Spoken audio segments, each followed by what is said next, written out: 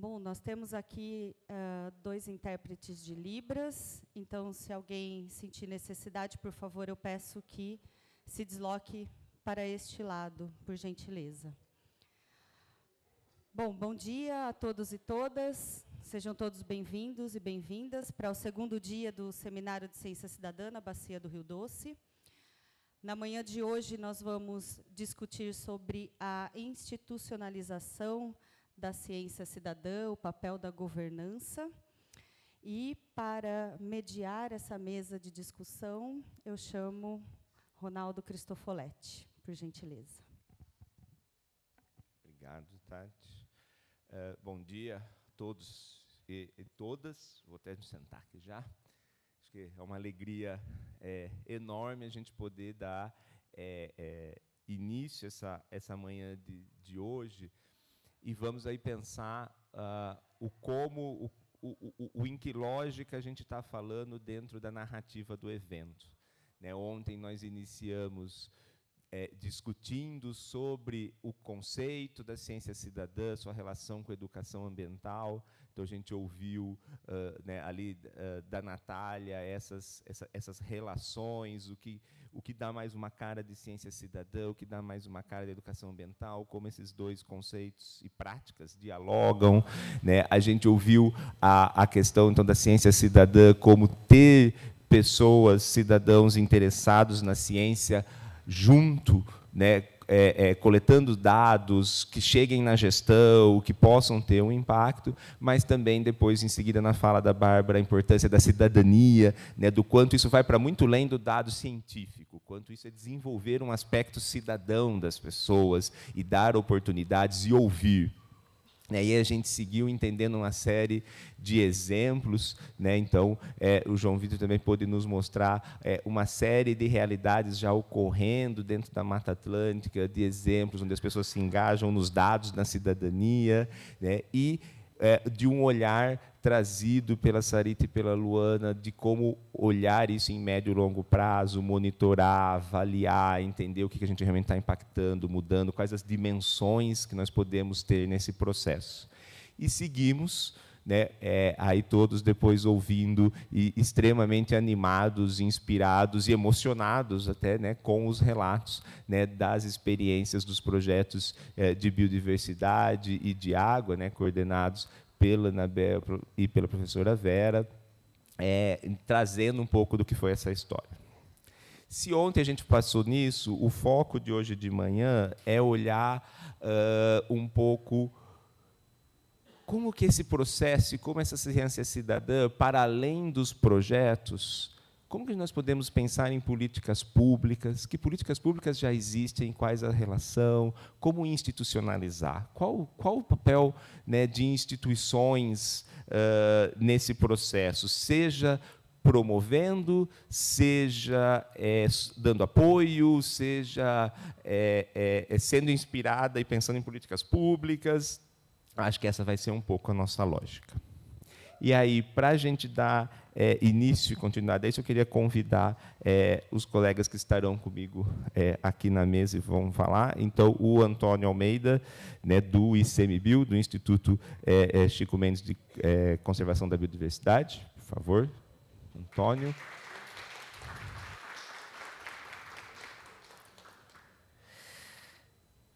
A Ariane Araújo, do Instituto Estadual de Florestas de Minas Gerais. Perdão. Obrigado, Ariane. A Fabiana Cruz, da Secretaria Estadual de Meio Ambiente do Espírito Santo. A Thaís Volpe, secretária de Estado de da Secretaria de Estado de Meio Ambiente e Recursos Hídricos, a SEAMA, do Espírito Santo. Muito obrigado. E nós temos, chegando em breve, o Flamínio Guimarães, que é o nosso presidente do Comitê de Bacia Hidrográfica. O Flamínio está chegando, mas como ele vai falar mais à frente, a gente já passou um pouquinho do tempo, né? A gente está meia hora aí da horário proposto. Nós combinamos de dar início e o Flamínio se junta a nós daqui a pouquinho. Tá bem? Isso posto, eu acho que a ideia, então, de começar da institucionalização é olhar um pouco, né, a partir desse olhar do ICMBio, né, que vem como uma instituição, tem um papel de uma instituição federal, mas que também é quem está ali no local, né, nas unidades de conservação. Então, também traz esse link, esse exemplo com as UCs. Né? E aí, para não me delongar mais, eu vou convidar, então, o Antônio para falar com a gente. Bom, a apresentação... Já está lá? Essa aqui, ó. Tá, e onde que eu vou... Aqui? Pronto. Bom dia para todas e todos. Bom, agradecendo ao Ronaldo, né, pela oportunidade de participação no evento. Eu quero começar dizendo que eu não tenho a menor pretensão de apresentar nada que nenhum de todos os colegas que já apresentaram ontem suas experiências e que vão apresentar hoje, não possam fazer com muito mais propriedade, tá?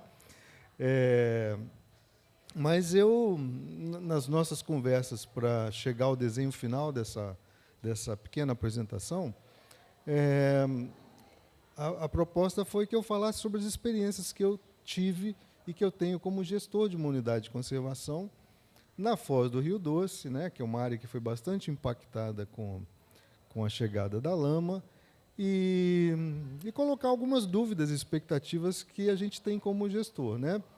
O ICMBio é uma instituição que atua nacionalmente, né, com a missão de proteger aí quase 10% do território nacional, mas que tem realmente uma capilaridade, né? A gente tem muitas realidades diferentes ao mesmo tempo, né, sendo trabalhadas nesses, né, confins aí do Brasil. Algumas unidades são mais estruturadas, algumas unidades são menos estruturadas.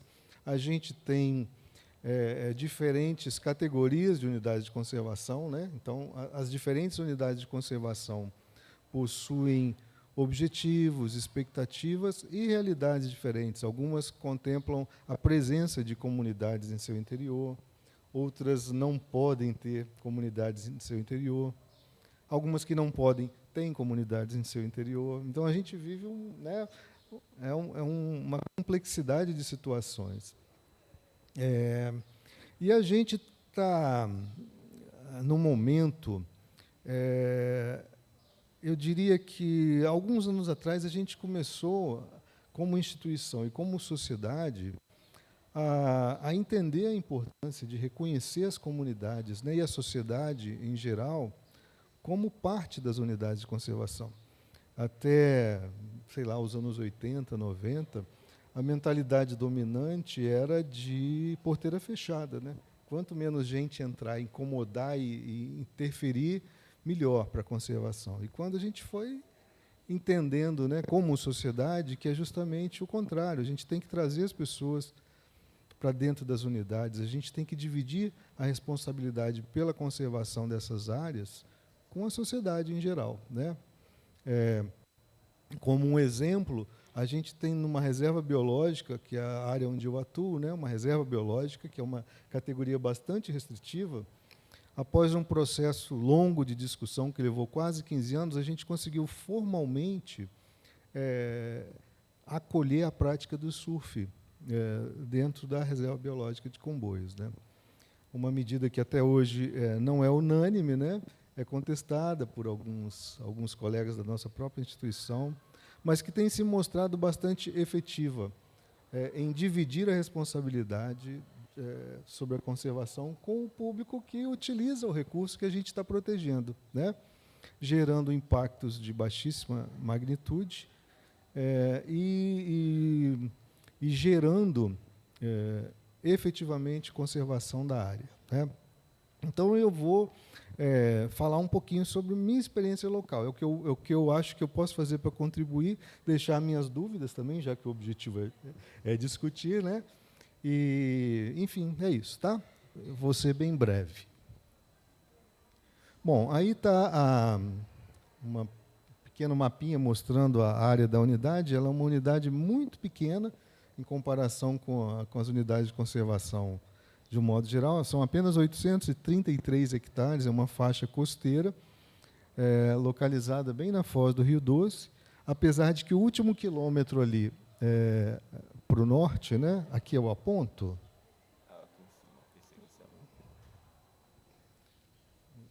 Eu tenho que tirar o óculos para ver de perto. Aqui, aí eu coloco o óculos para ver de longe. Bom, aqui, então, esse pedacinho é 1 quilômetro, mais ou menos, né, que não é unidade de conservação, e aqui está a foz do Rio Doce. E essa é a área da unidade, mais ou menos 15 quilômetros de extensão. Não vai atrapalhar, não. Bom, aí eu tenho que passar. Bom, e a área tem a sua importância, ela foi criada com o objetivo de proteger as espécies de tartaruga marinha que desovam na região. A gente tem basicamente 2 espécies, né? A tartaruga cabeçuda, que está mais embaixo aqui, que responde por cerca de 95% dos ninhos da área, mas a gente tem a tartaruga gigante, né? Que desova na região e que constitui uma população geneticamente distinta das demais populações do Atlântico. Então, é uma população bastante ameaçada e que precisa, né, desses esforços de conservação que são desenvolvidos na região lá desde a década de 80, mais especificamente desde 1982, quando foi instalada uma base do Tamar na região. E aqui... Bom, e aí...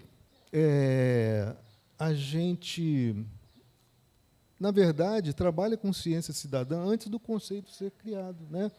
E sem a pretensão de dizer que a gente buscou esse conceito, né? Mas, ao ler sobre o tema, é que eu entendi isso. Poxa, a gente já fazia isso, né? Porque a estratégia inicial foi justamente envolver as pessoas que comiam os ovos de tartaruga, que matavam tartaruga, para o monitoramento das praias. E com essas pessoas é que os pesquisadores de então aprenderam como achar um ninho de tartaruga, né? Onde que elas desovam, de quanto em quanto tempo elas vêm. Isso tudo, essas informações foram obtidas a partir da atuação direta dessas pessoas, que a gente chama aqui na região de carebeiros, né? Porque as tartarugas são conhecidas como carebas. E os carebeiros, então, foram os primeiros coletores de informações a respeito do estado de conservação das tartarugas marinhas, né, no Brasil. Não, só queria fazer uma menção especial. Esse que está na imagem aí, né, é uma pessoa que eu admiro muito, né, que hoje ele compõe o quadro de servidores da Reserva Biológica de Conboios, que é o nosso querido Zé Cação. Ele começou ainda como um rapazote aí, né, a monitorar praias, e hoje ele é servidor da unidade, trabalha há muitos anos com muita dedicação, é um exemplo para todos nós. Então, eu queria aproveitar só para fazer uma pequena homenagem a ele. E aqui a gente tem exemplos de resultados de tudo isso, né? Publicações científicas que passaram por testes estatísticos, pelo crivo de pares, né? E que permitiram a gente traçar um diagnóstico da situação após esses anos de estudos, né? Então, a gente, com base nos dados coletados por essas pessoas da comunidade, a gente conseguiu saber quantas fêmeas desovam, estimar, né?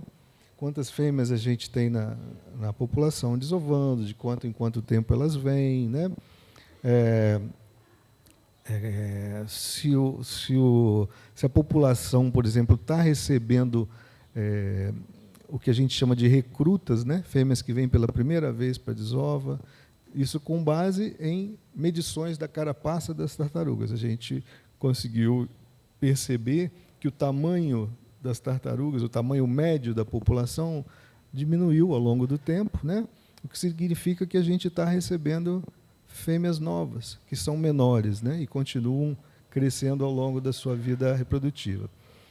Então, a tendência é que isso se estabilize em algum momento, passe a crescer até que estabilize numa média de tamanho de carapaça um pouco maior do que hoje, o que vai significar que a população já está contando com mais indivíduos maduros do que hoje. E tudo isso baseado em informações coletadas, né, por essas pessoas das comunidades. Bom, eu fiz essa relaçãozinha, assim, falei, isso vai ser uma coisa meio óbvia de falar, mas eu queria mostrar que a gente tem uma tendência. Eu sou biólogo, e é fácil para a gente que é biólogo, que trabalha nesta área de atuação, mesmo os educadores, a gente consegue vislumbrar as possibilidades práticas de aplicação da ciência cidadã na obtenção de dados biológicos, ecológicos, né? Monitoramento de diversidade, monitoramento de fauna, flora, estatística pesqueira, a gente tem exemplos disso que foi feito lá. Mas aí me ocorreu uma dúvida, que é a primeira que eu quero deixar aqui. E no campo das humanas, né? Como a ciência cidadã pode gerar informação no campo das ciências humanas? E eu entendo que a gente está lá numa região que é um baita laboratório para isso, no momento que a gente está atravessando. Aqui a gente tem alguns exemplos de imagens que não são esteticamente as mais bonitas para você colocar num site falando da fauna e da flora de determinada região, mas que são importantíssimas do ponto de vista do registro científico, né? Essa imagem de baixo ali, que tem aquela mão, é uma pegada de anta, né? Que foi o primeiro registro de anta na Reserva Biológica de Comboios, que é um cantinho lá que não tem capacidade de suportar a presença de antas, né? Mas que é uma área de passagem e que mostra que a gente tem que ter um olhar para muito além das tartarugas, né? A gente busca ter esse olhar, mas um registro desse fortalece a demanda, por exemplo, por recursos que são além da conservação das tartarugas. Então, isso tem uma importância tão grande, extrapola tanto é um registro de anta, mas mostra o que a gente tem que fazer para tentar proteger essas espécies que também estão aqui, né?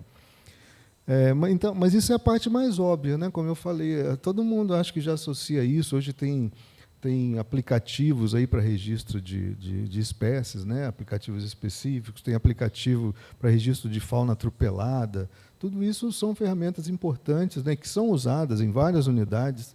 Eu consultei alguns colegas, eu falei, gente, vou participar de um seminário, alguém tem alguma experiência que gostaria de compartilhar? Várias pessoas mandaram exemplos, mas todos focados nisso, inventários de fauna e flora. Opa. Aqui a gente tem um exemplo da delimitação das áreas de diferentes pescarias realizadas lá na região, que foram feitas com base em mapas gerados pelas comunidades em reuniões com diferentes comunidades que realizam diferentes pescarias. Tem gente que pesca, sai de bote, né? A gente não tem mais canoa, mas eles saem de bote da praia, vão lá, colocam a redinha para pegar a pescadinha. Tem gente que tem barco maior e vai pescar camarão. Tem gente que pesca robalo. Então, cada cor daquela mostra uma área de pescaria diferente, utilizada por diferentes comunidades da região. E esse mapa foi muito importante para subsidiar as discussões do processo de criação de uma unidade de conservação que está em andamento, né? E que foi feito por moradores locais, né? Bom, e aí a gente teve em 2015 a chegada da lama, né? E isso aí mudou completamente, não apenas o panorama físico, biológico, ecológico, né? Mas o panorama social. E aí eu reforço, quando eu mencionei que eu considero a Foz do Rio Doce um laboratório potencial para a aplicação da ciência cidadã no estudo das relações sociais, porque realmente houve uma diferença, uma variação muito grande no contexto, nas relações sociais, né? E aí eu gostaria de mostrar, isso aí é uma foto. A gente soube do rompimento, né? E a gente demorou alguns dias para entender que a lama chegaria na foz. A gente estava completamente despreparado, né? O poder público não tinha um plano de emergência, não tinha atuações claramente definidas, né? E o ICMBio teve um papel importantíssimo nesse momento lá na Vila de Regência, né? Então a gente buscou chamar, eu falo ICMBio assim, com muito orgulho de ter feito parte disso, né? Mas o crédito é do Joca, né? Que é aquele barbudinho ali, para quem não conhece, que é o coordenador nacional do Centro Tamar, servidor do ICMBio também, e que buscou isso. No primeiro momento, vamos chamar todo mundo, e associação de moradores, de pescadores, de comerciantes, de artesãos, a associação da banda de Congo. Então, todas as pessoas passaram a fazer parte de um comitê de crise que se reuniu diariamente para avaliar as ações, discutir o que podia ser feito.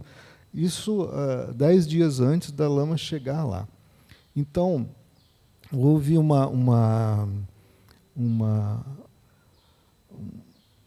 não vou dizer que foi uma tentativa, foi uma oportunização da participação das pessoas.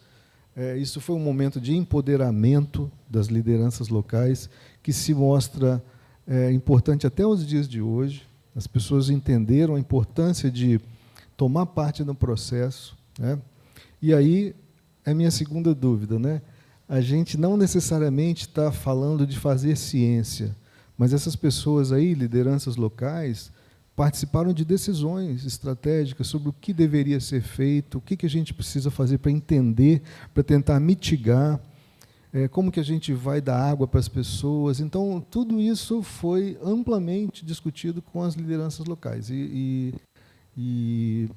talvez a gente esteja na fronteira, né, entre a ciência e a cidadania, e embora eu não tenha condições de formação para compreender do ponto de vista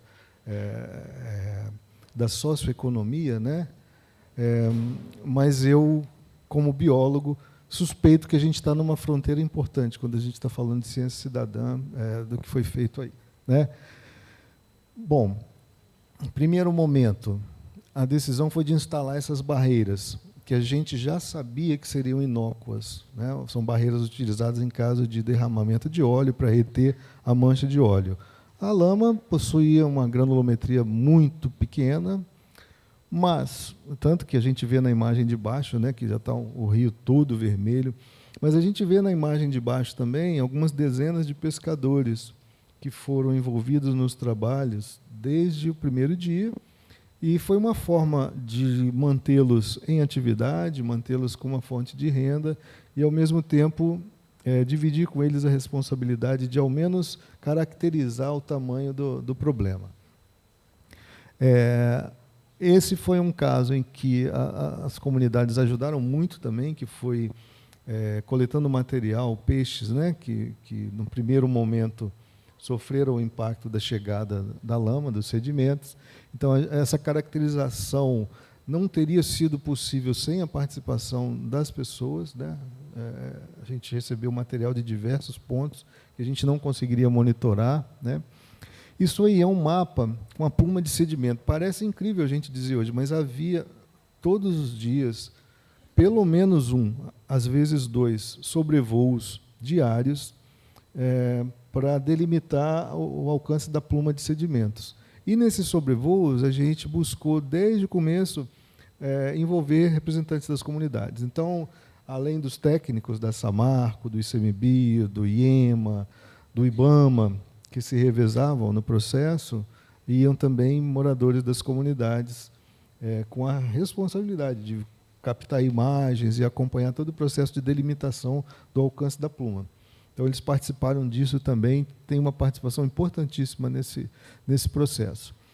Bom, aí eu fiz uma listinha do que eu, como gestor de unidade de conservação, vejo como potencialidade para a aplicação da ciência cidadã, e peço desculpas pela tendência de estar tudo focado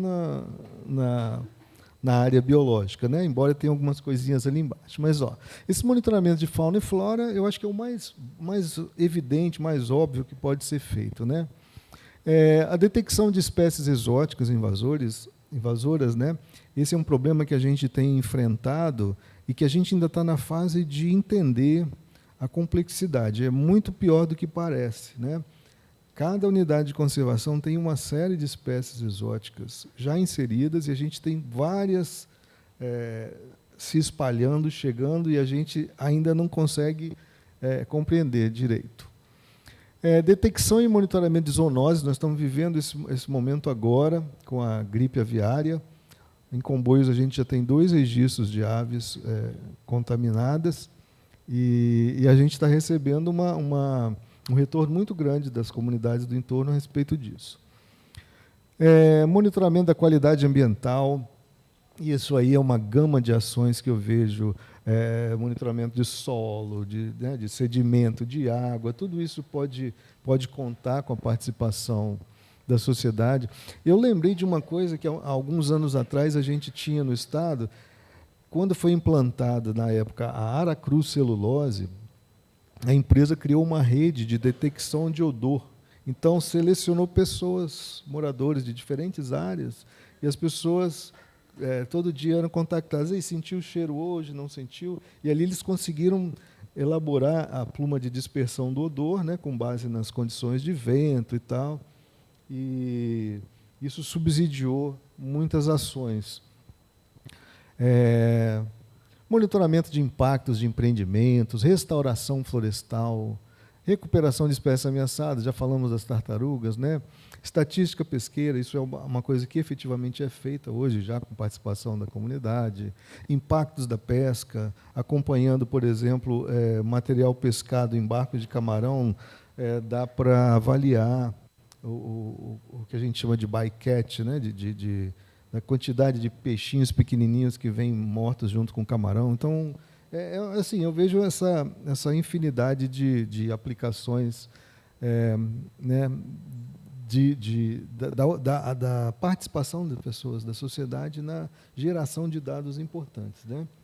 E reforço a minha dúvida, algo que eu gostaria muito de entender, de conhecer, são as perspectivas de obtenção de dados relacionados às mudanças socioeconômicas que a lama gerou na vila e nas comunidades do entorno. Como que a gente pode...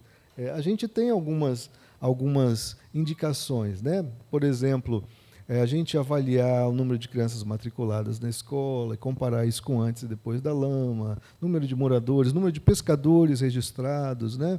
Quantos pescadores existiam até o dia que a lama chegou e quantos existem hoje. Então, isso tudo permite ter retratos e ter inferências sobre as mudanças que aconteceram na socioeconomia da vila. Mas acredito que, como no caso da área da biologia, a gente tem que ter alguns cuidados com relação à qualidade da coleta de dados, né? A gente sabe que não basta apenas fazer uma conversa, as pessoas vão sair coletando dados. Tem casos em que, sim, uma foto de bicho é uma coisa. Agora, dados que precisem levar a conclusões mais acuradas, eles têm que ser coletados com qualidade. Então, talvez a gente tenha que reservar um espaço no planejamento para dotar as pessoas interessadas de conhecimento a respeito da importância da qualidade da coleta das informações. Mas, então, como eu disse no começo, o objetivo era mais fazer um relato do que a gente vive lá, de experiências, e deixar algumas dúvidas para que a gente possa tentar saná-las, tá bom? E muito obrigado pela atenção, e estamos à disposição aqui, tá bom?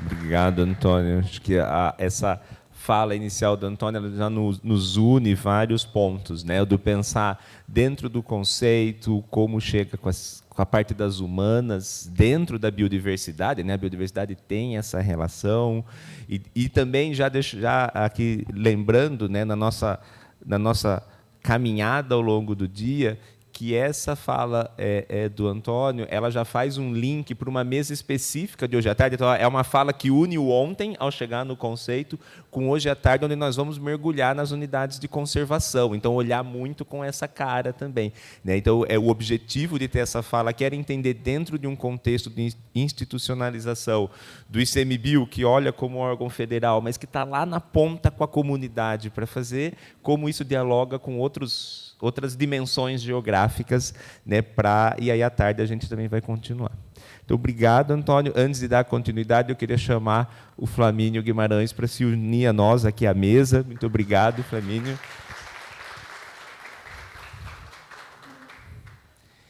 E aí nós vamos dar continuidade, perdão, só vim trocar aqui. Eu queria, então, convidar a Ariane Goulart, né, que é aqui representando o Instituto Estadual de Florestas de Minas Gerais, e que vai, então, trazer um pouco desse olhar de como a ciência cidadã está relacionada com o IEF, na sua missão, nos seus valores, quais são essas oportunidades, quer dizer, onde que isso tange, né, um órgão estadual. Então, muito obrigado. Bom dia a todos. Antes de iniciar minha fala, vou repassar uma informação que eu tive há 2 semanas.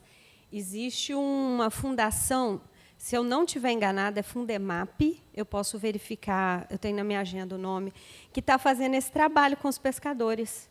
Eles estão pegando tanto a Foz, no Espírito Santo, quanto eles estão trabalhando com 16 municípios do Rio Doce, na área continental, né, no caso, e fazendo esse detalhamento. E ela me falou que reduziu muito o número de pescador profissional que está vivendo, de fato, da pesca, como era antes do desastre.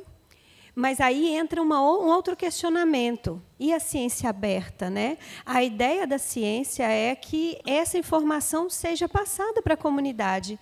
E eu só soube porque, porventura, uma das meninas que está nesse projeto já trabalhou no IEF, e ela me procurou, a gente conversando, eu soube do projeto. Mas é importante a gente pensar, porque a ciência cidadã ela é uma vertente da ciência aberta. A ideia é que tudo de informação que a gente coleta seja passado para a comunidade mesmo, que a comunidade tenha conhecimento, né? Então, é importante, é um foco social que está sendo tratado e que a gente não tem ideia, né? Agora, vindo aqui para a minha fala, né? A ideia aqui, gente, é trazer um pouquinho do que dentro daquilo que a gente tem de decreto, de competência, de missão, que tem uma relação com a ciência cidadã, só que a gente não tem essa expressão dentro da instituição, tá? A gente tem com relação à pesquisa. E a gente trabalha muito, em todas as instâncias, a questão do contato com a comunidade, né? Não só no que diz respeito à pesquisa científica em si, mas eu vou trazer um pouquinho nesse sentido desse contato, tá? Vou virar aqui um pouquinho. Então, vamos lá. Primeira coisa é vocês entenderem, para quem não conhece, quem que é o IEF, tá? O Instituto Estadual de Floresta. Ele é uma autarquia vinculada à Secretaria de Estado de Meio Ambiente. Ele compõe o SISEMA, que é o Sistema Estadual de Meio Ambiente. Nós trabalhamos sobre a Agenda Verde, tá? E aí fala-se, Instituto Estadual de Floresta tem uma relação direta, muita gente acha que a gente trabalha só com as formações florestais, não necessariamente, embora tenha esse nome, tá? A gente trabalha com os biomas do estado de uma forma geral, a gente trabalha com as florestas plantadas, que aqui no estado de Minas Gerais, mais de 90% é composto pelo eucalipto, que é uma realidade aqui até da região do Rio Doce também. A gente trabalha com a questão da regularização pesqueira no estado, e essa linha de trabalho, né, do IEF. Então, no caso, o IEF ele é dividido em 14 regionais. Por que ele traz essa divisão regional? Porque o Estado de Minas Gerais ele tem características muito distintas dentro do Estado, né? Nós temos até com relação à ocupação, ao uso do território. Então, foi dividido para trazer mais realidade ao gestor que estiver trabalhando naquela unidade regional. Aí, no caso, eu sou gestora de uma dessas unidades regionais, que é a Rio Doce, que contempla a maior parte do território do Rio Doce, da bacia do Rio Doce, dentro do Estado. A gente não trabalha, não abarca a nascente, os primeiros municípios ali, está dentro do regional Zona da Mata, mas os demais municípios estão dentro da regional Rio Doce. Tá? Olha só, eu não vou ficar aqui falando conceito de política pública, mas uma coisa que é importante da gente entender de política pública é que ela trata das ações do governo para garantir algum direito da população. Né? Claro, quando a gente fala, então, do IF, a gente está falando de política pública relacionada a garantir o direito a um meio ambiente ecologicamente equilibrado. O meio ambiente ecologicamente equilibrado garante, então, o nosso desenvolvimento sustentável atual e para as gerações futuras. Mas, quando a gente pensa nessas ações do governo para garantir um direito, a gente tem que pensar na nossa responsabilidade. Porque nós também temos deveres sob esse meio. Se a gente quer que ele permaneça ecologicamente equilibrado, nós, cidadãos, também temos deveres. E esse dever ele vai, tanto no sentido do nosso dia a dia, com ações do cuidado ao meio ambiente, até o envolvimento quando se faz essas políticas públicas, quando se é criado essas políticas públicas. Porque a política pública, gente, ela só vai ser mudada, alterada, discutida, quando a sociedade traz essa devolutiva para o governo. Né? O governo só vai ver a necessidade, às vezes, de uma alteração, uma revisão de uma política pública, a partir do que a sociedade demonstra. Porque, se a sociedade demonstra que a política pública, da forma que está sendo exercida naquele momento, é latente, ela vai permanecer. Então, se a gente não se envolver, e quando eu falo envolver, é saber o que de fato é obrigação, é dever, qual que é a ação que o governo tem que fazer para garantir aquele meu direito, isso não vai se alterar. Tá? E aí vai afetar diretamente o meio ambiente, porque ele é um resultado da nossa ação. E a gente também tem que trazer uma realidade para a nossa mente, que, quando a gente fala do cuidado ao meio ambiente, a gente não está falando, olha, como é bonitinho a tartaruga colocar os ovos só. A gente está falando de como que é o meio que vai nos sustentar aqui. É essa discussão que a gente traz. Tá? Porque a gente tem que trazer uma visão mais prática, porque, se a gente romantiza, a gente não vê a aplicação. Né? E aí, por que é tão importante, então, toda a cadeia alimentar? Por que é tão importante toda a biodiversidade? O quanto que isso interfere na nossa sobrevivência e o quanto é importante. Aí a gente aqui não fala de fazer politicagem, nós estamos falando de construir política. Uma política que vai trazer ali um retorno direto para a população. E aí não ficou muito legal, não está dando para ver direito, mas eu trouxe essa cadeia que fala sobre uma necessidade da própria população de ver uma revisão nessas políticas, uma discussão sobre a política. Lógico que nós estamos falando de poder público, então vai ter uma instância decisória, né? No caso do Estado, o governador, com a política de meio ambiente dele. A partir disso, a gente tem uma implementação, uma avaliação dessa política, e aí dizer que ela permanece ou vai precisar novamente passar por esse momento de discussão, de revisão. Ok? E aí a gente chega em qual que é, então, a política do órgão, né? Qual que é a nossa missão, nosso objetivo. Então, promover a preservação, conservação, recuperação dos ecossistemas, desenvolvendo e implementando políticas públicas relativas à qualidade do meio ambiente, né? Qualidade ambiental, biodiversidade, visando a manutenção do equilíbrio ecológico, ao uso dos recursos naturais, a qualidade de vida e o desenvolvimento sustentável, como eu falei, para as gerações presentes e futuras. Aqui mostrando um pouco das nossas ações, que a gente preocupa muito quando a gente fala de educação ambiental, com troca de informação, mas o nosso público não é direcionado só... Aqui que mostra? Aqui.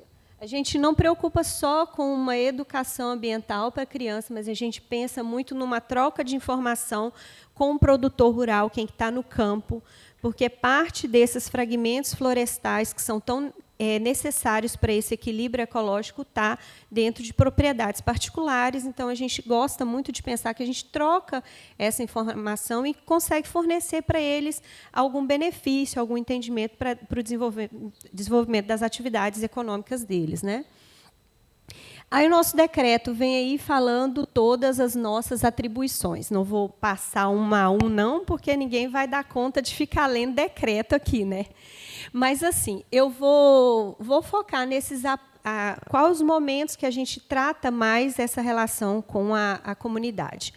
Quando a gente vai fazer a criação de unidades de conservação, essa criação, essa discussão, o levantamento das características, da importância, isso é tratado diretamente com a comunidade. Quando a gente fala do produtor rural, nossos programas de recuperação ambiental, a gente tem ciclos de discussões com o produtor. E aí, trazendo agora um pouco para o tema, né, que é a ciência cidadã, uma das nossas atribuições, então, é fomentar pesquisa e estudos relativos à manutenção e reestabelecimento do equilíbrio ecológico. Nós temos algumas diretorias, aí eu trouxe aqui a parte do decreto que mostra, em todas as diretorias o intuito é fomentar essa pesquisa. E aí, quando a gente fala de fomentar a pesquisa, nós temos pesquisas que elas trazem esse cunho da participação, sabe? A gente tem, por exemplo, pesquisas que são desenvolvidas na unidade de conservação, em que o entorno recebe um material para relatar quando que ali no seu quintal passa aquela espécie, relatar quando observou algum tipo de ave. E isso é levado para algum pesquisador que ele está dentro da universidade, mas tem um termo de parceria junto ao Estado, e o Estado faz, então, ali a aprovação do projeto de pesquisa para ele ter a liberdade de entrar dentro das unidades e colher essas informações. Mas não é só dentro das unidades de conservação, embora seja a grande maioria. A gente também tem isso para as políticas de recuperação de áreas degradadas, e a gente também tem essas políticas de fomento à pesquisa relacionado à fauna. Ontem mesmo, né, a gente estava falando sobre um projeto junto com a UFJF, que trabalha a questão sanitária dentro de cetras. A gente está fazendo um termo aqui com a Univale, também pensando nesse trabalho voltado para a fauna. Tá? Então, a gente tem institucionalizado já a questão da pesquisa. Os servidores do IF, eles não fazem diretamente pesquisa no sentido de eu tenho um projeto de hipótese com metodologia, né? Mas a gente tem esse trabalho de fazer um contato, ter essas relações com as instituições de ensino que levam para dentro das nossas unidades, então, esses pesquisadores. Aí eu vou mostrar um pouco mais de alguns casos aqui, tá? A Aline está ali, a gerente do Parque Estadual Sete Salões. Ela me passou um material recebido lá na unidade, e aí eu mostrei aqui um pouco desse exemplo da disseminação da informação, né? Essa cartilha aqui, ó, ela é uma cartilha sobre os primatas, a distribuição dos primatas. E aí eu peguei, isso é dentro da minha casa, na minha cama, meu filho mais velho de 6 anos, ensinando para a minha de 3 como que eram os primatas da nossa região. Eu falei, eu vou tirar uma foto disso, que é muito orgulho para uma mãe bióloga, né? Aí eu falei, já vou colocar. E até a cartilha aqui também produzida pelo projeto Ciência Cidadã dentro do Parque Estadual Sete Salões. Tá? Nós temos 5 unidades de conservação, gente, de proteção integral dentro da bacia, dentro da Regional Rio Doce. Dentre elas, né, os Sete Salões, o Parque Estadual do Rio Doce, nós temos o Parque Estadual Rio Corrente, Serra da Candonga e o que está pertinho de nós aqui, que é o Monumento Natural Pico da Ibituruna. Então, aí a ciência cidadã vai ser trabalhada dentro das nossas áreas, e aí eu não vou dizer só as unidades de conservações, né, porque vocês viram que tem a questão lá dentro da fauna, tem a questão dentro da DICRE, que é a Diretoria de Recuperação de Áreas Degradadas. A gente tem, então, essa ciência que vai ser pensada participação. Então, a todo momento, a gente se preocupa muito com isso. Como que a gente vai colocar a participação da comunidade dentro dos nossos trabalhos, né? E aí a gente tem alguns trabalhos específicos que têm a participação da comunidade e a coleta de informações, que é a questão do pré-incêndio, que a gente trabalha com o entorno dessas áreas, né? Onde que está vindo o principal foco, como que está lidando, como que é a questão da queima controlada. Muitas vezes a pessoa não sabe que aquela queima ela pode ser regularizada com um apoio, né, quando é necessário. A gente tem a questão da participação da comunidade na formação dos planos de manejo. Nós temos uma série de divulgação de informação dessas... eu vou falar informação 2 vezes e ia ficar feio, né? De divulgação das informações colhidas dentro das nossas unidades e deixando isso público, que a gente preocupa muito com essa questão da ciência aberta, da comunidade saber o que está acontecendo.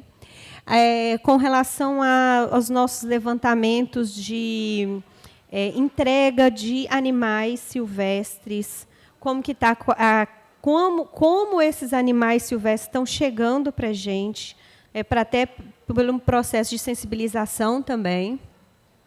Isso daqui, gente, é um projeto muito legal. Esse daqui é um passaporte de aves, tá? Aqui embaixo está mostrando ele sendo entregue. Esse passaporte de aves tem categorias das aves, né? As mais comuns, as raras, endêmicas. E o que acontece? A gente viu uma mudança no comportamento das pessoas. Antigamente, quando a gente falava os passarinheiros, eles eram aquelas pessoas que iam para dentro da mata e capturavam as aves, né? Hoje não. Hoje os passarinheiros são aqueles que vão para dentro da mata poder admirar aquelas espécies em vida livre. E aí, o que acontece com isso? Eles começam a entender o canto, né? Começam a registrar essas espécies. E aí, dentro do passaporte de aves, eles vão fazendo esse registro, e isso é devolvido para o parque. Nesse caso aqui é o Parque do Limoeiro, tá? Mata do Limoeiro, lá em Itabira. E aí, as fotos é isso, do pessoal fazendo a observação e devolvendo essa informação. Aí tem um pesquisador que ele é vinculado ao parque, que ele faz, copila esses dados, né, e depois transforma em dados científicos. Mas é muito legal, porque aí você tem a data, onde que ele foi visto, dentro da mata, e estimula o quê? Porque esses passarinheiros, como eles estão envolvidos no processo, eles são os maiores atores da conservação. Eles não querem aqueles que estão capturando, eles vão contra, né? Então, houve uma mudança de comportamento, e, nesse processo, a comunidade está ali gerando dados sobre o que está acontecendo dentro da unidade. E por que a gente entende a necessidade desse envolvimento direto da comunidade? A gente só consegue, de fato, mudar um comportamento quando a pessoa desenvolve esse sentimento de pertencimento. Ele pertence ao local. Ele precisa cuidar do local. Então, quando a gente consegue o envolvimento da comunidade e desenvolve esse sentimento de pertencimento, os projetos eles têm sucesso. Quando a comunidade ela não é envolvida, fica muito restrito, o projeto ele morre rápido. Então, o nosso objetivo, quando a gente fala da participação da comunidade, é isso. É gerar esse sentimento de pertencimento, de forma que aquilo que é um dever do poder público, ele, de fato, ele seja alcançado à comunidade, né? Que é quem precisa receber esse meio ambiente ecologicamente equilibrado. Então, a ideia aqui é isso. Em todas as instâncias, a gente desenvolver para que esse sentimento de pertencimento ele realmente aconteça e a gente tenha retorno dos nossos projetos. E aí, quem ganha, no caso, o meio ambiente, a gente diretamente também, né? Então, é isso, tá? O meu contato aí. Quem precisar, eu estou à disposição. Passa mais um slide. Muito obrigado, Ariane. Acho que já nos vai trazendo uma junção, pensar que nós vamos ter uma oficina logo depois daqui para discutir ideias e dúvidas e provocações, né? Quer dizer, como a sua fala, as suas experiências, elas unem isso, né? Quer dizer, as pessoas participarem, fazerem a ciência cidadã. Por que eu sou um cidadão que quero estar junto da ciência?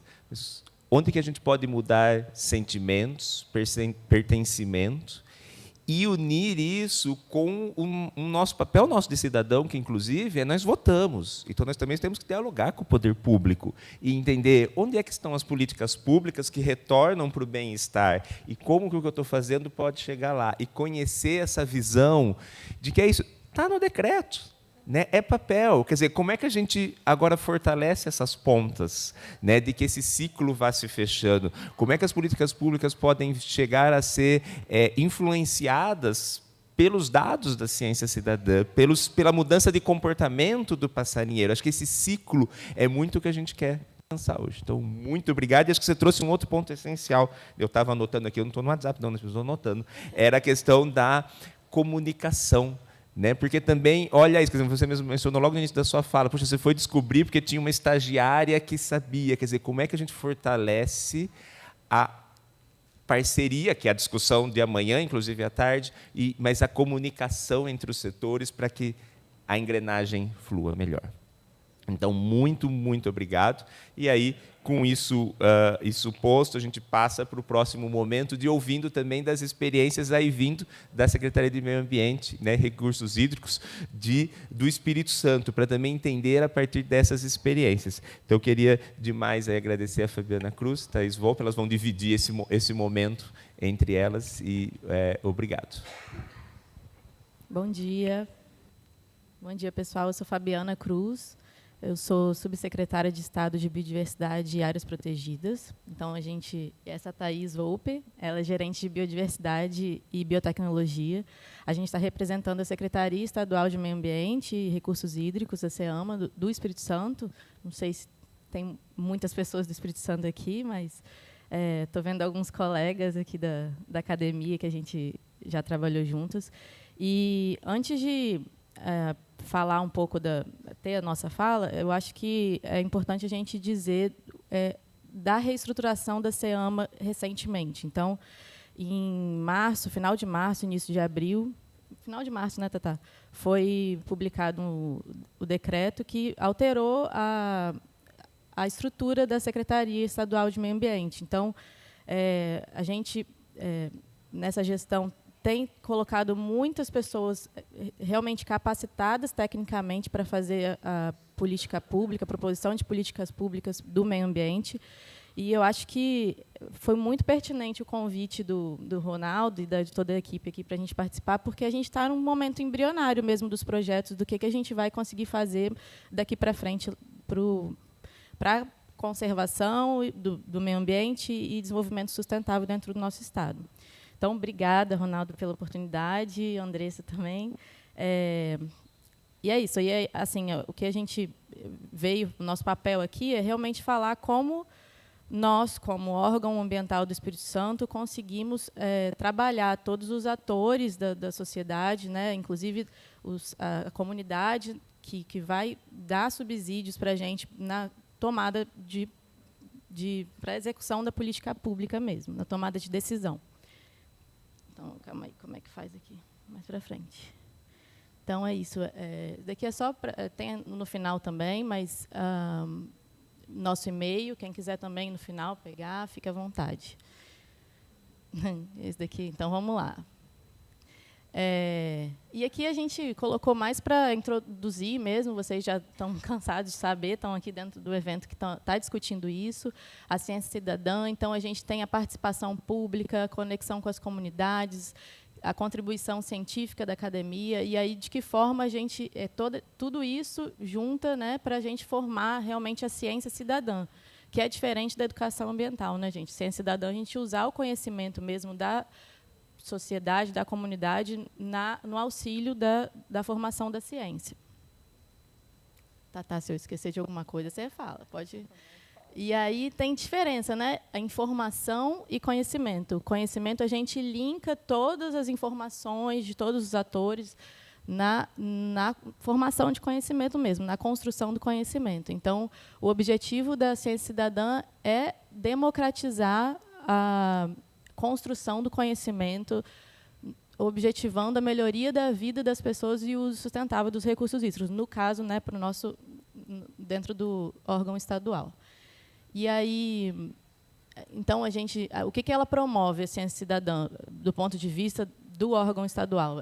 Maior engajamento da sociedade, então a gente tem o envolvimento da sociedade como um todo. Eles atuam também como sentinelas da conservação, então a comunidade que está lá na rotina do dia a dia, então eles vão ser os primeiros a observar algum padrão diferente do ecossistema, de uma espécie específica, e passar esse conhecimento para a gente realmente ter essa tomada de decisão.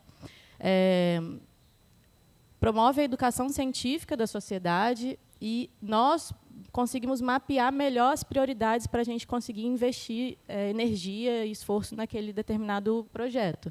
Então, a gente aumenta o conhecimento científico, a cobertura das ações, e nossa função é conectar e democratizar a ciência como um todo.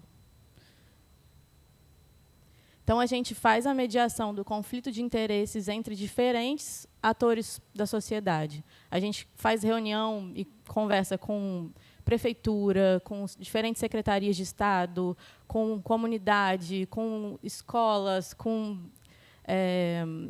academia, no geral. Então, o papel do órgão estadual seria esse, de juntar todos esses conhecimentos, fazer o balanço, né, e ver de que forma que a gente consegue auxiliar a comunidade para o bem comum. Então, a gente concilia e decide, né?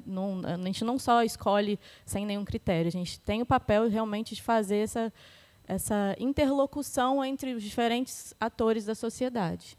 Então, de fato, equilibrar os pratos. É a nossa função como órgão estadual.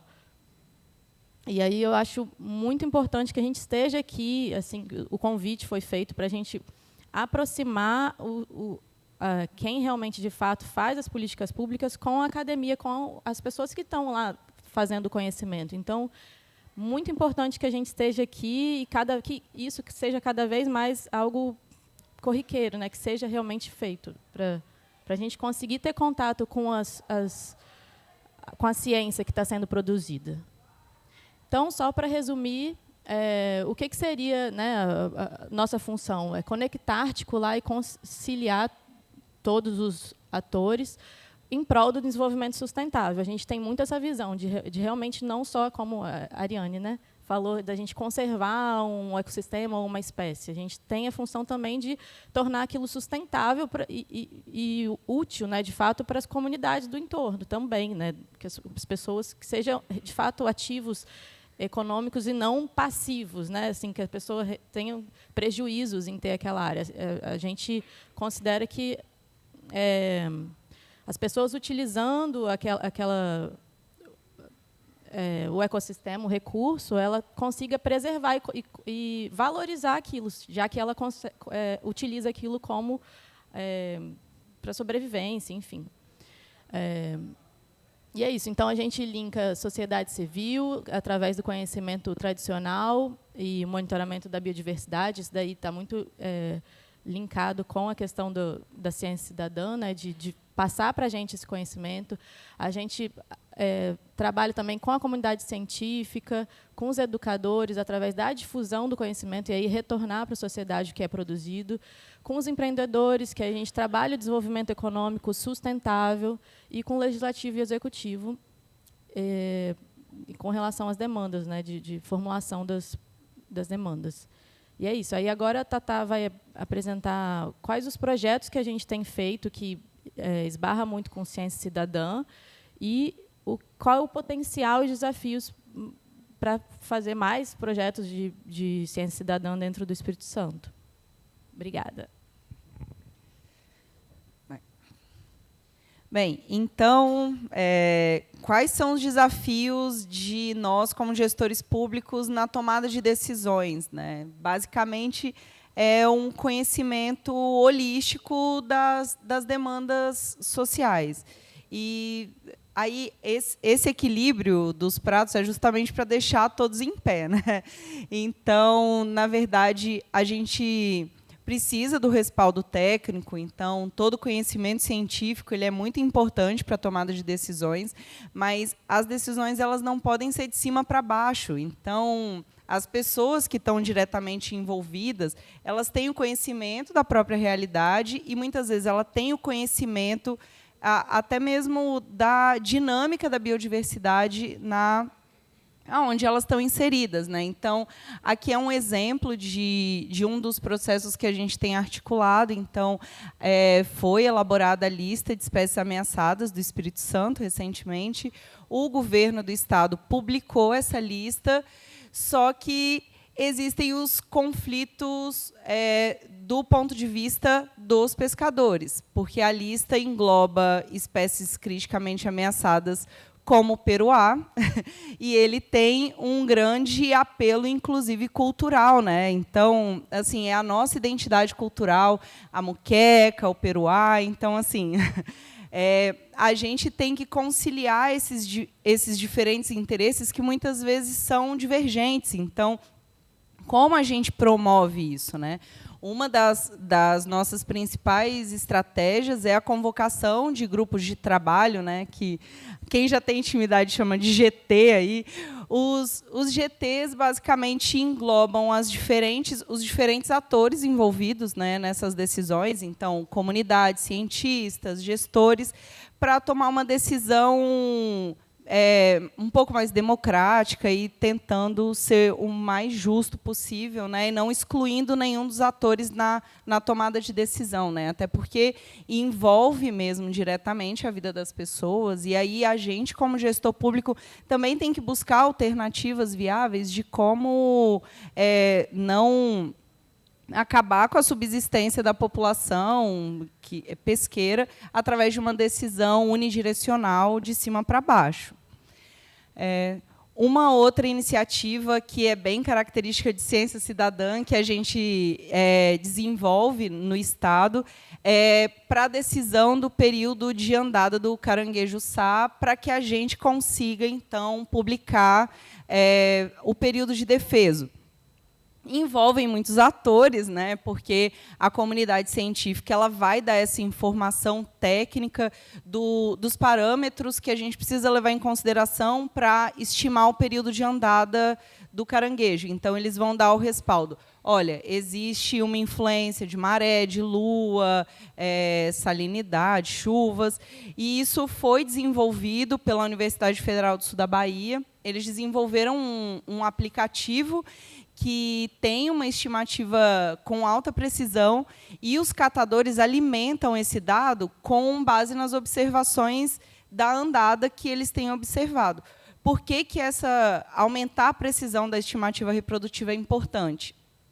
Uma, para a conservação da própria espécie, né, para que ela não seja sobreexplorada quando ela está no período de andada, e outra, para não prejudicar a economia também dos catadores. Pelo seguinte, você faz uma decisão de que os animais eles estão fazendo uma andada num período, com base nas estimativas técnicas, e aí o animal não está fazendo a andada, só que eles estão proibidos de catar os organismos. Então, eles vão ter esse prejuízo econômico sem que os animais estejam realmente no período reprodutivo mesmo. Então, precisar esse período de andada é importante. Quem fornece isso são os dados técnicos científicos, que são alimentados pela comunidade, que retroalimenta essas informações. Então, isso é muito interessante. A gente está em processo de consolidação de cooperação técnica, né, com a universidade para estar usufruindo desse dado de uma maneira mais formalizada. E aí, uma outra que eu acho que já tem essa discussão, eu acho que é um ponto comum da discussão de todo mundo, é a importância do monitoramento da biodiversidade, né? Como que isso é importante do ponto de vista de políticas públicas? Se você vai fazer qualquer empreendimento, seja estrada, qualquer coisa, você tem que saber o que pode estar em risco quando um determinado empreendimento vai ser feito na região. Se você não tem o mapeamento da biodiversidade, você pode tudo ali, né? Porque é importante você ter esse mapeamento prévio para você entender o tipo de intervenção e como isso vai ser feito e se vai ser feito na região, né? Então, a gente toma decisões um pouco mais estratégicas e inteligentes com base nesse monitoramento, que também pode ser alimentado pela própria população. Já tem até no livrinho que vocês têm aí, da população estar registrando a biodiversidade no iNaturalist, enfim, tem várias formas. E o desafio hoje da gestão pública é unificar todas essas informações de distribuição da diversidade num único local, né? Então, a gente já tem o GBIF, o CBR, e a gente já tem uma movimentação do governo do Estado de fazer uma plataforma que também alimente todos os dados de licenciamento, a princípio estaduais. O desafio também é incluir os municipais, para que ele alimente os bancos, esses outros bancos de dados, e a gente aumente essas frentes de registro e ações para que a gente tenha um maior alcance, né? E essas informações não fiquem soltas, porque, para a gestão pública, entendam, é importante que as coisas estejam num lugar, porque é difícil buscar, muitas vezes, essas informações que estão soltas, né? E aí, o que a gente tinha pensado em falar quanto aos desafios da gestão pública. Do ponto de vista da sociedade civil, é uma articulação com a sociedade civil organizada. Então, representantes da sociedade civil que tenham voz e que se façam, e que tenham uma organização, uma articulação com a comunidade, e essas lideranças da comunidade mesmo, né? Do ponto de vista científico, muitas vezes é o próprio acesso da ciência. Já tem um movimento Open Science, mas ainda, além do desafio de você poder acessar todos os artigos, entendo que, às vezes, para o próprio cientista é difícil conhecer todos os artigos da sua área. Você imagina um gestor público entender os artigos das áreas de todo mundo. Vamos supor, da nossa subsecretaria, que é de biodiversidade. Beira o campo do impossível, né? Então, assim, já existe até um movimento de que a própria academia, as universidades, elas têm uma articulação e uma organização mesmo, uma representação que faça essa interlocução com a gestão pública, para apresentar os dados, as inovações que possam ser aplicadas na gestão pública. Isso é importante, e às vezes, uma provocação um pouco que a gente faz, até a Ariane falou mesmo, né, que vocês também têm que nos procurar para mostrar, olha, eu tenho uma grande descoberta que poderia ser aplicada.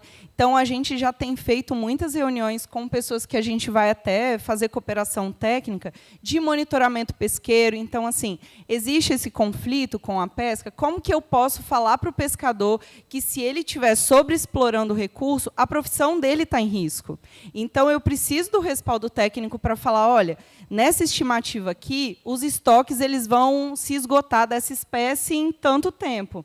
Então, eu preciso desse monitoramento e eu preciso saber que isso é possível de ser feito, como isso é feito. A gente já tem feito um movimento de cooperação técnica nesse sentido, com o Lab Pesca PMAP do CEUNES, né, que tem feito esse trabalho. A gente ainda está articulando um pouco isso, né? E comuniquem, no nosso caso, né, comuniquem com o Espírito Santo, mas vocês podem comunicar com o Espírito Santo, mas comuniquem com o Estado do Espírito Santo também, as suas inovações, o que isso pode ser aplicado do ponto de vista de gestão pública, né? E só para entender que tudo isso se retroalimenta, porque existe uma conexão das informações. Se tudo é desenvolvido paralelamente, cada um vai estar catequizando convertido, sabe? Se a gente só comunica para os nossos pares, a gente só vai estar catequizando convertido mesmo. A ideia é que todo mundo saiba um pouco o que todo mundo está fazendo, e, embora tenham esses conflitos de interesse, claro, né, existe o apelo da conservação, e aí quem é mais conservacionista vai puxar para o próprio lado, existe o apelo econômico, então quem subsiste daquilo vai puxar para o próprio lado. A gestão pública ela está um pouco nessa interlocução, mas a gente também, como cientista, vê um desafio também de entender e ter esse olhar um pouco local, né, da realidade das pessoas, e muitas vezes uma decisão unidirecional pode afetar a vida das pessoas, e isso também tem que ser ponderado. Eu acho que também é o papel da gestão pública fazer isso. Era isso que eu tinha para dizer. Obrigada.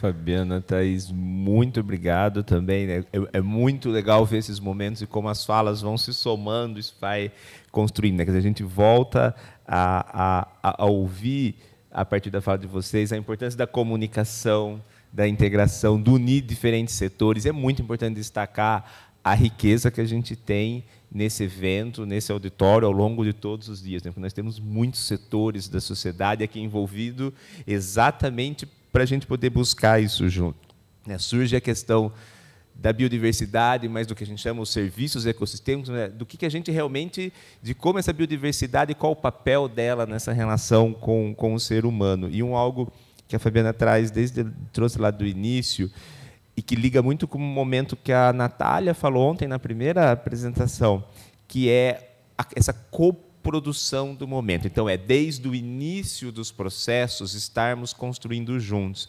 E olha que interessante, eu vou destacar algo que a Natália destacou ontem. Ela tinha um slide que tinha ali os vários processos, né? A ciência cidadã colaborativa, construtiva, e a gente está muito acostumado ainda a pensar que a ciência cidadã é só quando a gente engaja com a sociedade coletando os dados, e não é.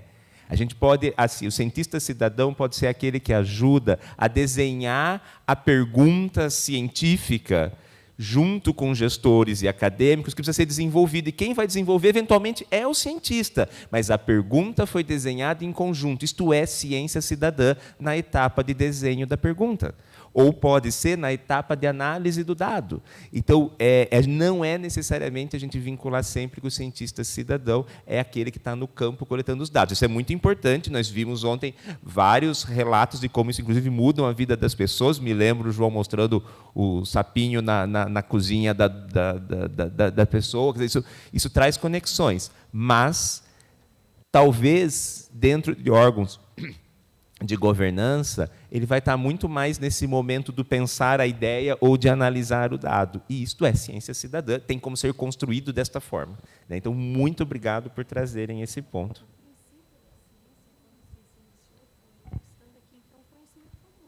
Isso, e lembrar que é isso, né? É inclusive o diálogo dos conhecimentos, porque não é só o conhecimento científico, é a integração com o conhecimento tradicional, o conhecimento dos povos originários, que inclusive a gente vai passar amanhã também. Quer dizer, a ciência, ela é, né, um teste de perguntas, mas tem outros sistemas de conhecimento.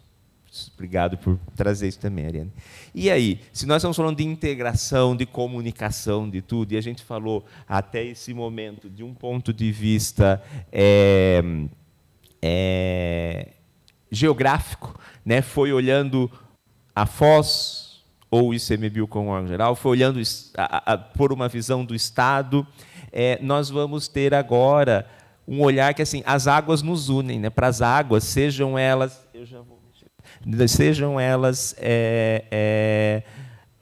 água doce ou marinha, não tem limite geográfico, né? Não tem uma barreira. E aí, para isso, a gente entender os nossos corpos hídricos e as bacias hidrográficas. Então, muito obrigado, Flamínio, por poder trazer essa visão agora dentro do comitê de bacia, né? Quer dizer, como que a gente tem esse processo?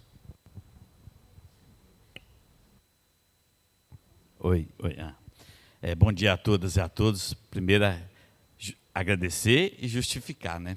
Agradecer a Unisco, né? A Univale e a Fundação Renova, na pessoa da Mina, na pessoa da Vera, o Ronaldo, o Hernani, professor Hernani, que é grande parceiro nosso, acho que não está aqui hoje, não, ainda está em sala de aula. A gente, por essa parceria que a gente tem, né, com o programa Ciência Cidadã, no programa de monitoramento hídrico participativo, é uma grande honra estar esse programa, né, é um programa, né, de caráter científico, na sua pureza mesmo, né, na raiz mesmo. A gente tem a maior honra de estar participando disso. Né, e dizer, né, como é que a gente vai tratar de melhorar a quantidade e a qualidade das águas se a gente não estiver caminhando com a ciência ao lado. Né? Então, até fazendo aí. Ontem a gente estava voltando, né, de Brasília para cá, e estava com o Senise Rocha, que é do Comitê do Manhuaçu, e ele relatando para mim que teve o Fórum Mineiro de Comitês de Bacia na cidade de Caxambu. Foram tratar das águas termais e das águas subterrâneas, e teve um professor lá que fez uma palestra e falando como a água era importante nas doenças nos povos antigos, que a água ia para tratar doenças, né? Assim, como, né? As águas termais, a pessoa tinha doença de pele e recomendava tomar banho 2, 3 vezes por semana.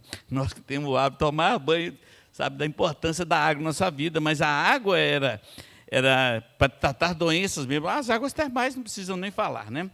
Mas pedir desculpa pelo atraso também, né? Eu cheguei dormi em Patinhos à noite e deu tempo de chegar, graças a Deus.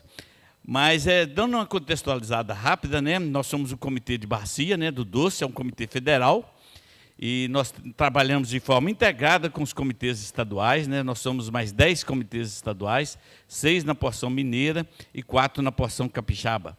E a gente tem um comitê de integração. A gente vê a bacia como um todo, né? São 224 municípios, 200 em Minas Gerais e 24 no Espírito Santo. E até uma crítica que a gente faz ao TETAC, né? Que ele vê a bacia só na calha, e a gente faz uma governança nos 224, vê a bacia como um território de integração, de gestão, né, para que a gente possa gerir desde as nascentes lá do Alto do Piracicaba, do Piranga, da região de Santo Antônio, né, do Manhuaçu, e a gente vê como, né, forma de integração, de trabalhar de forma integrada no planejamento, na gestão mesmo do recurso hídrico. Então, a gente faz isso, né, e aí a gente é um comitê que já temos 20 anos de existência, o Piracicaba um pouco mais, que é o comitê mais antigo, mas a gente já tem 20 anos de existência, trabalhando com os instrumentos de gestão, né? E a gente gosta de 2 fatos relevantes aí, que em 2010 a gente faz o plano de bacia, né? Integrado, né? Um plano único, né, da bacia, tratando das suas especialidades. O Piracicaba, o Manhuaçu, o Piranga tem suas demandas, né, regionais, mas a gente trabalha isso também de forma integrada.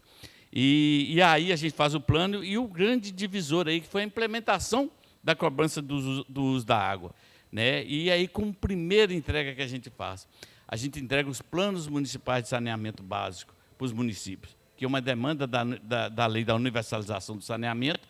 Então, a gente faz um trabalho, a gente contrata empresas para ajudar suporte para os municípios, né? 165 planos, né? 163 em Minas e 2 no Espírito Santo.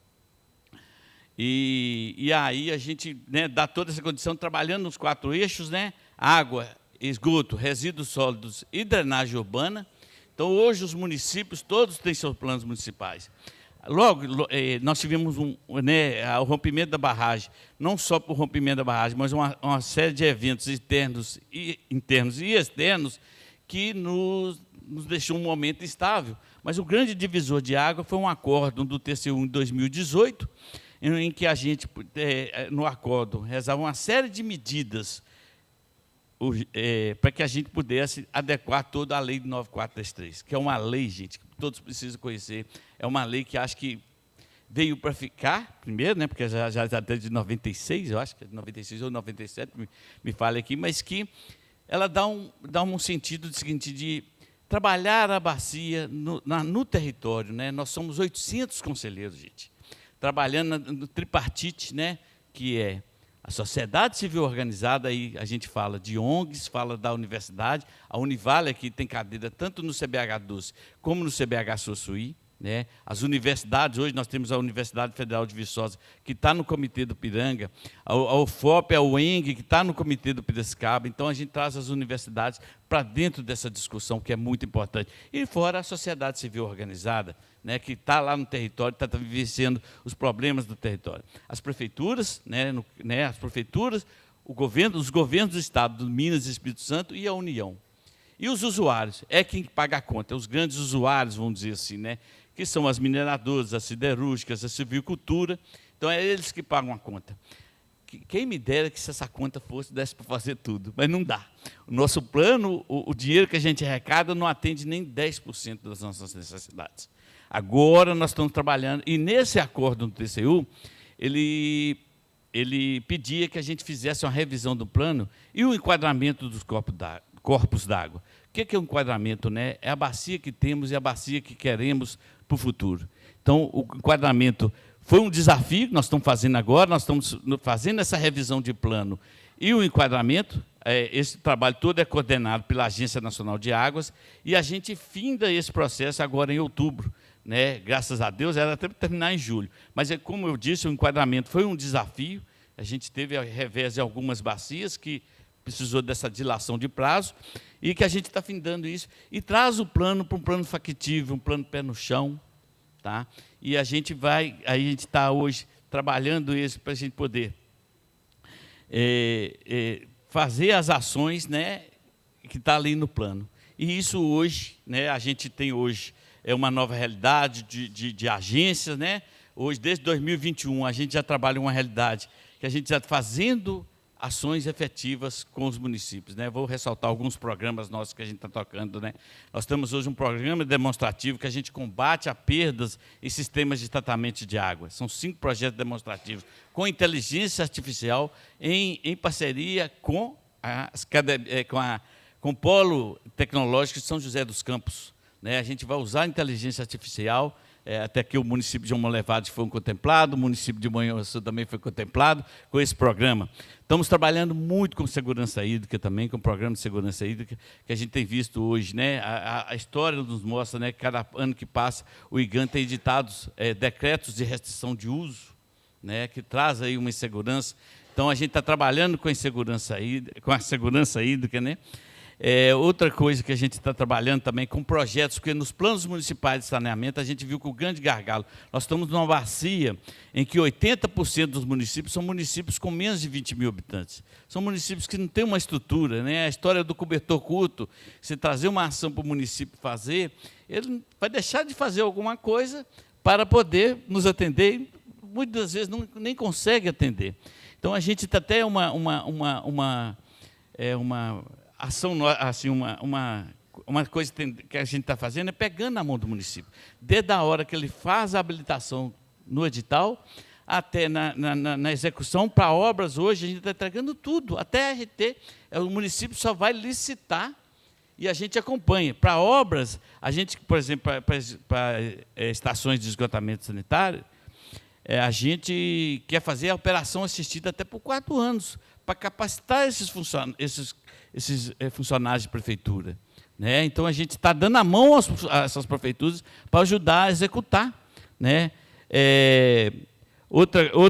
Aí esse projeto é o Rio Vivo, né? E aí eu já até agradeço o IEF pela parceria que a gente tem no Rio Vivo, que é a menina dos olhos dos comitês, que é um programa, né, que são três programas num só, né, que é o cercamento de nascentes,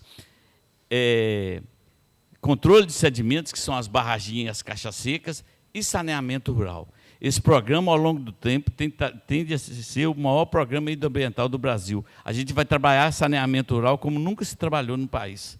Então, a gente quer levar saneamento rural para as comunidades, que a gente quer ver as comunidades atendidas, né? E esse programa, né, ele iniciou em 2020, a gente tem feito conseguido hoje, né? Apesar que tem outras bacias no Espírito Santo, por exemplo, vai acontecer esses dias a licitação para a empresa que vai fazer no Espírito Santo. Mas a gente hoje já consegue cercar 120 nascentes, que é a primeira fase do projeto, nós estamos cercando 120 nascentes. Né? E o outro, esse também tem muito ligado à questão da ciência, é um programa do Siga Doce. Né? Tudo que eu estou falando aqui, gente, eu não trouxe apresentação não, mas está no nosso site, é www.cbhdoce, o CBH Afluentes também tem seu site, .org.br, está tudo no nosso site lá, tá? Então, o Siga Doce é um programa, né, interessantíssimo, né? A gente é no arquivo GIS, né? Nós hoje já estamos na segunda versão, ele está com 400 camadas de informação, ele não tem, inclusive a gente já até conversa com a Fundação Renova, para que seja um repositório, porque está sendo produzido muita informação, né, na Bacia do Doce, e a gente está trabalhando isso porque a gente vai perenizar, ficar para o resto da vida, né? E aí que seja aí tudo que está sendo produzido ter no Siga Doce, né, esse repositório de informações. Então, a gente tem esse trabalho, né, feito aí, essas entregas, tem muita coisa para vir. Né? Nós estamos fazendo hoje investimentos na ordem de 125 milhões por ano em toda a bacia. A gente, nessa revisão do plano, é bom até frisar aqui que o Estado do Espírito Santo assume compromissos de implementar a cobrança. Né? A gente ainda quer entrar no Espírito Santo e fazer tudo que a gente está fazendo aqui em Minas Gerais, a gente quer fazer no Espírito Santo. Então, no plano, o governo do Estado do Espírito Santo assume compromissos de implementar a cobrança até 2025. Então, a gente está caminhando, né? E esse projeto é um diferencial que a gente tem na agência, chama-se Escola de Projetos. A Escola de Projetos é uma parceria com as universidades. A Univale aqui é parceira, a Universidade Federal de Viçosa é parceira, a UFOP é parceira também na Escola de Projetos, e a Unifei Polo Itabira, que lá tem um Prof. Água da Ana, né, que é parceira também nesse projeto. Então, essa Escola de Projetos, nessa primeira fase, ela nos atende internamente, para que a gente consiga cumprir as nossas metas de desembolso. A gente tem meta de desembolso para fazer, então ela nos ajuda a pegar na mão do município, né? A gente pega alunos aí dessas universidades que estão em processo final de formação e a gente leva ele como estágio, aprender fazendo. Eles vão fazer lá com a gente, com acompanhamento dos nossos engenheiros que a gente tem aqui na nossa agência, a AG12, que é aqui em Governador Valadares. Nossa sede fica ali atrás da prefeitura do município. E aí, na segunda fase, que acho que a gente avança muito, que é monitoramento das nossas ações. Qual que é os ganhos? A gente quer monitorar as nossas ações para ver qual que é os ganhos. Naquela vazão daquele córrego ali, o que melhorou com o cercamento, né? Qual que melhorou a qualidade com o saneamento rural, o que a gente tem de ganhos nisso, para que a gente possa, né, aprimorar ou então consertar rumos. Então, a Escola de Projetos para nós é fundamental, que é essa parceria com a academia. E eu não poderia deixar de falar, né, essa parceria exitosa que nós temos no programa, né, de monitoramento hídrico participativo. É a questão que eu já ouvi aqui dos colegas aqui, a questão do pertencimento, né? Quando a Unesco entra em contato com a gente, na pessoa do Glauco, né, que nos deixou, né, Vera?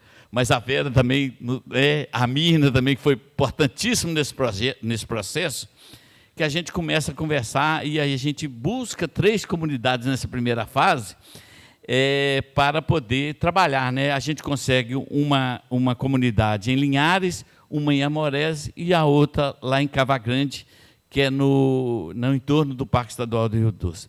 E o que chamou a atenção, né, que a gente viu que a comunidade veio para participar. Não ficou bitolado só naquela bolsa, né, que se paga, né, mas veio comunidade. Acho que foi em Amorés, tinha um senhor de 70 e poucos anos fazendo, né, Vera? Isso aí é a questão do pertencimento. A pessoa da comunidade exercendo a sua cidadania, mas com um olhar científico, que pode identificar a água pelo olhar, pelo cheiro. Essa é a primeira percepção que tem. Se ele pode, o boi que está ali pode beber daquela água. Se ele pode aguar a hortaliça, você pode pular na água para divertir. Então, esse programa, para a gente, é muito exitoso. Eu falo ele com orgulho, eu chego até a arrepiar, porque é isso que a gente quer ver, a comunidades participando do processo, né? E essa segunda fase, né, que temos aí, eu tenho aqui a sala cheia de amigos, né, de comitês. Eu queria até que levantasse dessa palma desses abnegados que estão aí nos comitês de bacia, que estão aqui aí, né, que são aí abnegados, que estão aí, que trabalham com a gente voluntariamente, que fazem diferença, gente. São 800 conselheiros. Gostaria de homenagear o Tim Krenak, né, que desde quando eu cheguei no sistema, é um amigo que eu conquistei aí, o Tim Krenak, que é da comunidade dos Krenaks aqui na Bacia do Doce. Então, é com muito orgulho que a gente participa dessas experiências exitosas, né? A Vera e a Flaviana, que faz a diferença também. Se eu não viesse aqui hoje, gente, esse final de semana, a Vera me tirava do testamento dela, tá? Mas é com orgulho, viu, Vera? Fiz de tudo para estar vindo aqui. Mas é isso que a gente fala, que a gente tem que disseminar as grandes parcerias, as experiências exitosas, e a gente está muito orgulhoso, feliz de estar aqui hoje falando dessas experiências nossas. Obrigado, Ronaldo, e estamos aí. Obrigado.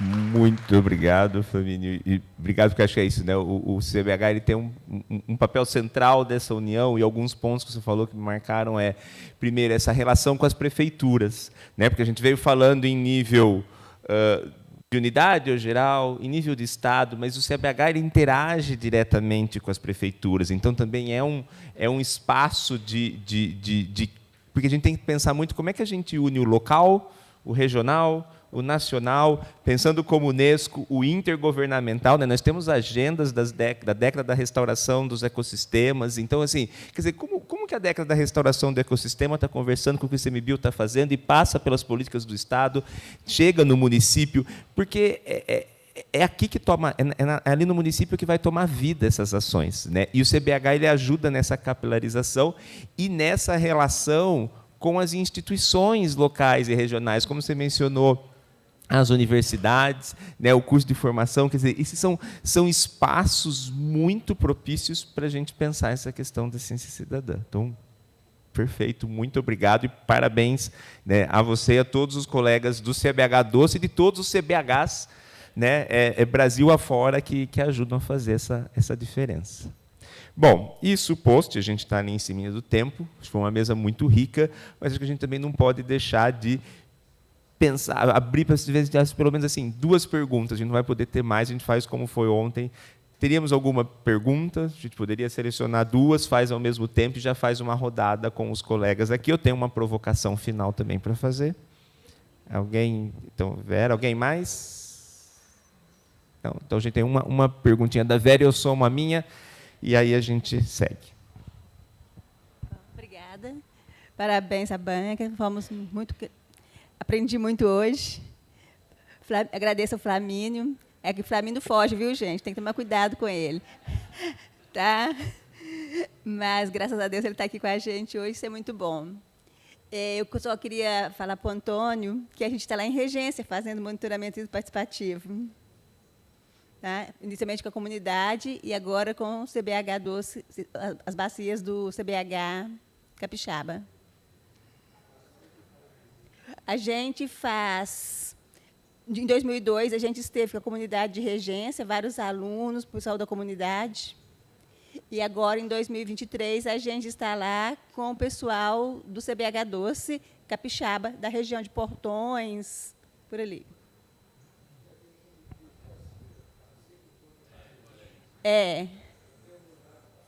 Com a Poliana... A gente está lá. E o ano passado a gente fez a nossa formatura lá no CMBio. Foi muito bacana. Foi lá que o Flamínio fugiu. Tá? Ronaldo, deixa eu só fazer, eu cometi uma gafe enorme. Eu não poderia deixar de falar de uma experiência que a ciência está ligada diretamente, né? Eu participei, meu parceiro está aqui, né? De expedição, os parceiros estão ali, né? Que é o Geraldo Magela, que está participando do curso agora, né? Foi a Expedição Piracicaba, né? Que agora a gente fez a entrega, né? Foi uma parceria com a Unifei, né? Que a gente levantou todos os índices de qualidade da água, fizemos um trabalho inédito aí com o laboratório da UFOP, que é os microcontaminantes, que são os novos compostos, né? Fármacos, microplástico. Nós fizemos todo esse levantamento com essas 2 parcerias. A parceria mesmo foi feita com a Unifei, mas a UFOP entrou, vamos fazer os 45 minutos para a gente poder fazer esse levantamento dos microcontaminantes. E foi um diferencial para a bacia, né? Agora a gente lançou o livro lá no seminário de inovação do Prof. Água, lá em Brasília, semana passada. Os livros, a agência está licitando para poder fazer ele em maior volume, né? Mas acho que já está nas plataformas digitais, né, Dindão? Já está nas plataformas digitais, e depois a gente até divulga isso nas plataformas digitais, mas é um livro que traz muita informação da bacia do Piracicaba. É uma bacia que eles costumam até falar aí que é o Primo Rico, né? É onde tem a parte mais industrial, né? A gente tem o maior polo siderúrgico da América Latina, está na Bacia do Piracicaba, um dos maiores polos minerais está na Bacia do Piracicaba, apesar que a mineração está muito forte no Piranga e no Santo Antônio também. Mas a gente fez esse levantamento inédito, né? Foi feito um levantamento em 99 e agora a gente repetiu esse levantamento e agora está no livro. E eu não poderia de falar, porque senão o Dindão ia puxar minha orelha. Obrigado. Obrigado, Flamínio. E aí, só para a gente encerrar, eu vou pedir uma fala breve de cada um, pensando por que eu estou dizendo breve. Porque após o coffee break, nós vamos para o nosso momento oficina. Então, hoje a gente entra também naquele momento que a gente agora para de ouvir só e nós vamos todos construir juntos. A gente vai explicar em seguida como vai ser e a oficina do fim da manhã, ela segue a partir desse tema. Nós vamos construir juntos sobre os espaços de governança e políticas públicas. Mas só para a gente ter, então, eu pediria a fala, um comentário de encerramento de cada um, mas já abordando, cutucando, com algo que a gente vai discutir depois do coffee break. Do ponto de vista de vocês, de cada um dos espaços que estão, qual seria assim, o maior potencial, mas também desafio, para a gente integrar a ciência cidadã nos espaços de governança? Eu adoro fazer pergunta que provoca, eu vi nas caras de todo mundo já, assim, mas a gente pensar assim, esse potencial e desafio. O que a gente traria disso, que é o que nós vamos discutir aí um pouco depois, pós-intervalo. Puxa vida, logo eu que estou aqui do lado. Vamos mudar, vamos começar por lá. Então, olha, eu acho que do ponto de vista institucional, a gente está falando de política pública, a gente precisa levar essa discussão para cima na instituição, né? Podia falar em recursos, mas eu acho que esse não é o nosso principal problema. Isso aí a gente faz com boa vontade localmente, né? Recurso não é o principal problema, espaço não é o principal problema, estrutura não é o principal problema. Acho que a gente precisa ter clareza institucional do que a gente quer responder, né? E a gente tendo isso claro, a gente chama a sociedade para nos ajudar a responder isso.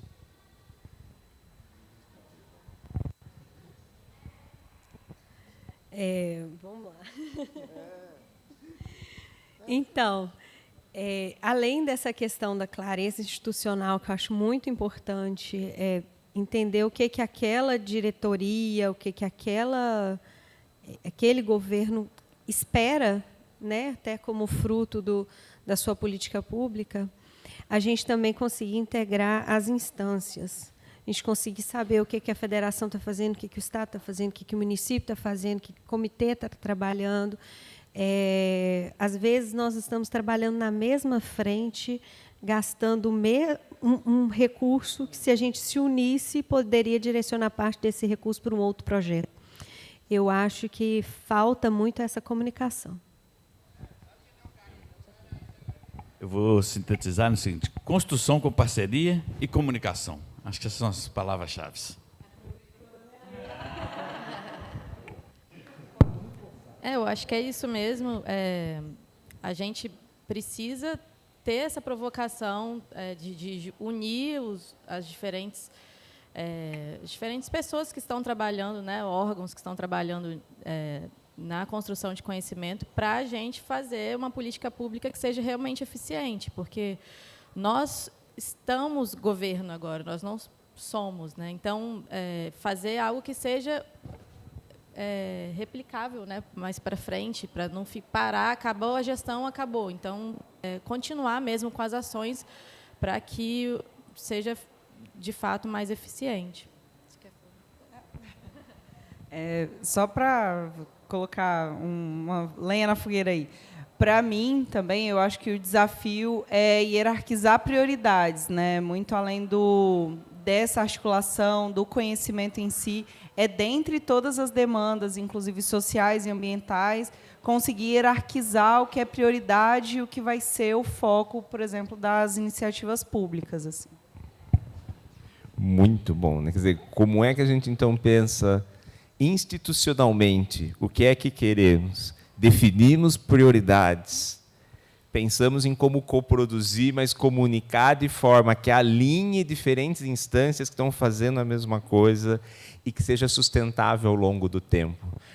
Esse é um ponto importante que volta no pertencimento que foi falado. A ciência cidadã e essa construção de redes, a gente tem que garantir uma sustentabilidade das ações ao longo do tempo. Não pode ser um projeto que vem, acaba e volta depois de novo. Como fazer isso? A gente vai esperar ouvir um pouquinho de vocês, mas depois de um break, porque assim, já está todo mundo cansado, tomar um cofezinho. A gente iniciou mais tarde e ainda nem tive como cortar, a gente precisava, né, foi muito rica essa discussão. Vamos fazer um coffee de 20 minutinhos para a gente começar efetivamente a oficina às 11, porque é um momento muito importante também. Muito obrigado, gente.